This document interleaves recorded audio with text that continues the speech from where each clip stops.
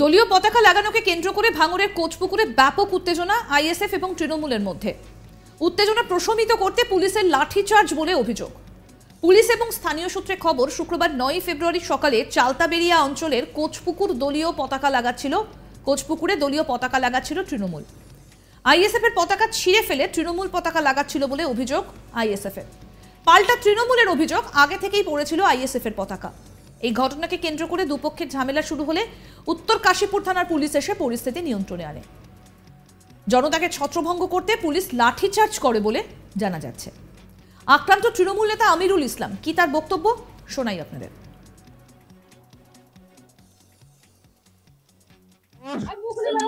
তৃণমূল পার্টির ছেলেরা পতাকা মারছিল, আমি সবার মেম্বার টিএমসি, আমি ওখান থেকে আসছিলাম, পুলিশ বাড়িতে বেরিয়ে গিয়েছে, ওরা লাঠি ছোড়া নিয়ে আমাকে বেরোবো মারধর করেছে, আমাকে মারধর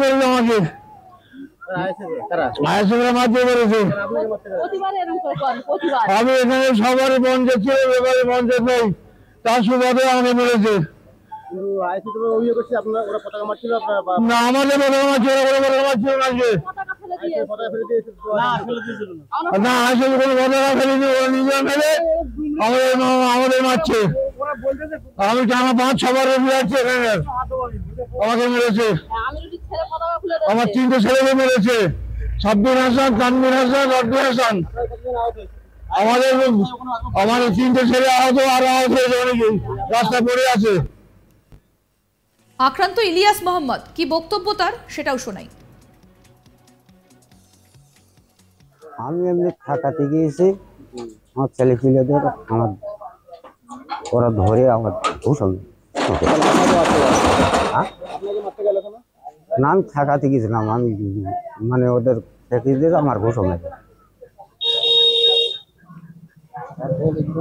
আর দাঁত মরে গিয়েছে। কোথায় আপনার সাথে মারলো? কোথায়? এই কতজন মিলে মারলো? ওদের কতজন ছিল, 8-10 জন ছিল ওদের। আইএসএফ নেতা শামসুর রহমান, তার কি বক্তব্য উঠে আসছে এই ঘটনাকে কেন্দ্র করে, শুনবো। আজকে সকালে উঠে দেখলাম যে আমাদের চালতাবেড়িয়া অঞ্চল কোচপুকুর 6 নম্বর সংসদে আছে তৃণমূল কংগ্রেসরা তাদের দলীয় ফেস্টান তারা মারছে। এটা তাদের দলীয় ফেস্টান তারা মারতেই পারে, আমাদেরও দলীয় ফেস্টান আমরাও মারতে পারি, এটা প্রত্যেকের বাক স্বাধীনতা। সেই হিসেবে তারা মারছিল, আমরা যা সে নিজের কাজে নিজেরা ব্যস্ত ছিলাম। কিন্তু এই মুহূর্তে আমরা দেখতে পেলাম, আমাদের এইখানে এসে দেখলাম, আপনি দেখতেই পাবেন এখানে তৃণমূল কংগ্রেসের ছেলেরা আইএসএফ এর ফেস্টানগুলো খুলে দিয়ে তৃণমূলের কংগ্রেস ফেস্টান মারছে। এটাকে যখন আমাদের ছেলেরা যখন প্রতিবাদ করে, একটা মহিলাও প্রতিবাদ করেছিল যে কেন তোমরা ফেস্টান মারছো, তোমাদের দলীয় ফেস্টান তোমরা মারো, কিন্তু আইএসএফ এর ফেস্টানগুলো কেন খুলে মারছো? এই প্রতিবাদ করায় তাকেও শ্লীলতাহানি করে এবং তাকে শ্লীলতাহানি করার চেষ্টা করে এবং তার ব্লাউজ, তার শাড়ি ছিঁড়ে দেয়। আপনি দেখেছেন এখন মিডিয়ার মাধ্যমে। আর দেখুন ফেস্টানগুলো ফেলে দিয়ে আমরা বলতে চাই এটাই যে তোমরা তোমাদের দলীয় ফেস্টান তোমরা মারছো, মারো। আমাদের 3-4 জনকে আহত করা হয়েছে, একজনের দাঁত ভেঙে দেওয়া হয়েছে, একজনের শাড়ি এবং ব্লাউজ ছিঁড়ে দেওয়া হয়েছে এবং তার সাইড মুখে মারা হয়েছে, মুখটু খুলে আছে, আপনি দেখতে পাবেন। আর আমাদের দলীয় ফেস্টান খুলে দিয়ে মূলত ওদের দলীয় ফেস্টান টাঙাচ্ছিল। এই কারণে আমাদের ছেলেপিলেরা তারা বিবাদের ভেতরে জড়িয়ে পড়ে। আমি এসে বললাম ঠিক আছে, বিবাদের ভেতরে জড়িয়ে পড়ো না, আমি থানাকে কল করছি। ইতিমধ্যে আমি থানাকে কল করেছি। প্রতিনিধি প্রসেনজিৎ সাহা কি প্রতিবেদন তুলে ধরলেন, আসুন শুনি। গ্রেপ্তার হয়েছেন ভাঙড়ের তৃণমূল নেতা আরাবুল ইসলাম। পঞ্চায়েত নির্বাচনের সময় আইএসএফ কর্মী খুনের ঘটনায় আরাবুলের বিরুদ্ধে অভিযোগ দায়ের হয়েছিল কাশীপুর থানায়। আর সেই ঘটনার জেরেই কার্যত আরাবুল ইসলামকে বৃহস্পতিবার সন্ধ্যায় ভাঙড়ের উত্তর কাশীপুর থানার পুলিশ তাকে গ্রেপ্তার করেছে। আরাবুল ইসলামকে গ্রেপ্তারের আগে ডেকে পাঠানো হয়েছিল ভাঙড়ের উত্তর কাশীপুর থানায় এবং সেখানে চা বিস্কুট খেতে খেতে আইসির সাথে খোশ মেজাজে গল্পই করছিলেন তিনি।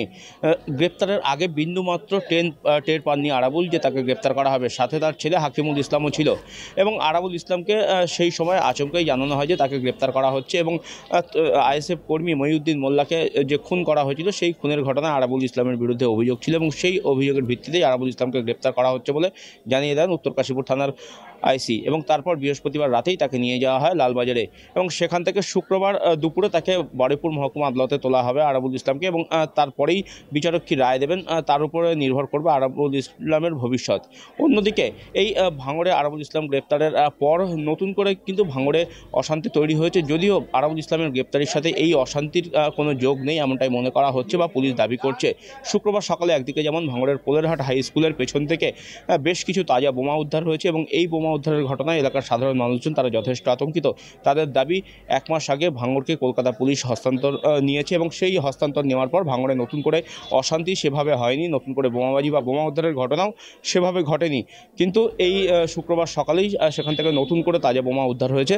পাশাপাশি ভাঙড়ের চালতাবেড়িয়া গ্রাম পঞ্চায়েতের কোচপুকুর গ্রামে সেখানেই কার্যত আইএসএফ এবং তৃণমূলের মধ্যে অশান্তি সৃষ্টি হয়েছে শুক্রবার সকালে এবং সেখানে আইএসএফ কর্মীদের যেমনটা অভিযোগ যে তৃণমূল কংগ্রেস কর্মীরা তাদের দলীয় পতাকা খুলে ফেলে দিয়ে সেখানে নিজেদের দলীয় পতাকা লাগাচ্ছিল এবং এই ঘটনার প্রতিবাদ করতেই কার্যত আইএসএফ কর্মীদের উপর চড়াও হয়ে তৃণমূল কর্মীরা বেধড়ক মারধর করে এক মহিলা শ্লীলতাহানি করা হয় বলেও অভিযোগ এবং এই ঘটনাকে কেন্দ্র করে নতুন করে উত্তেজনা ছড়ায় ভাঙড়ের চালতাবেড়িয়া গ্রাম পঞ্চায়েতের কোচপুকুর গ্রামে। ঘটনার খবর পেয়ে উত্তর কাশীপুর থানার পুলিশ ঘটনাস্থলে যায় এবং সেখানে পরিস্থিতি সামাল দিতে পুলিশকে লাঠিচার্জ পর্যন্ত করতে হয়।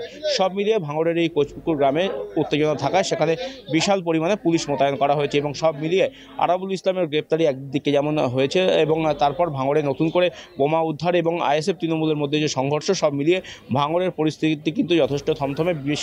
বিশেষ জায়গায় কিন্তু পুলিশ মোতায়েন করা হয়েছে যাতে নতুন করে অশান্তি না হয় বা অশান্তি হলে যাতে পরিস্থিতি সামাল দেওয়া যায় সেজন্য।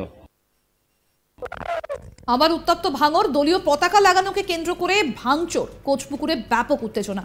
আইএসএফ এবং তৃণমূলের মধ্যে ঝামেলা, উত্তেজনা প্রশমিত করতে পুলিশের লাঠিচার্জ বলে অভিযোগ।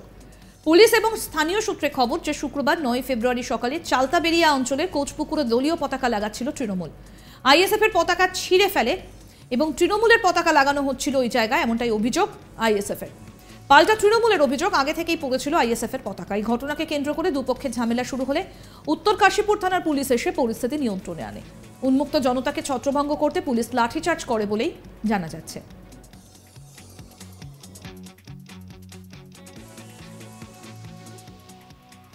আরো আপডেট পেতে আজ তাক বাংলার ইউটিউব চ্যানেল সাবস্ক্রাইব করুন, নোটিফিকেশন পেতে বেল বাটন অপশন প্রেস করুন। এই ভিডিও সম্পর্কে আপনাদের মতামত জানান, কমেন্ট করুন, শেয়ার করুন, হোয়াটসঅ্যাপে ফলো করুন আজ তাক বাংলা।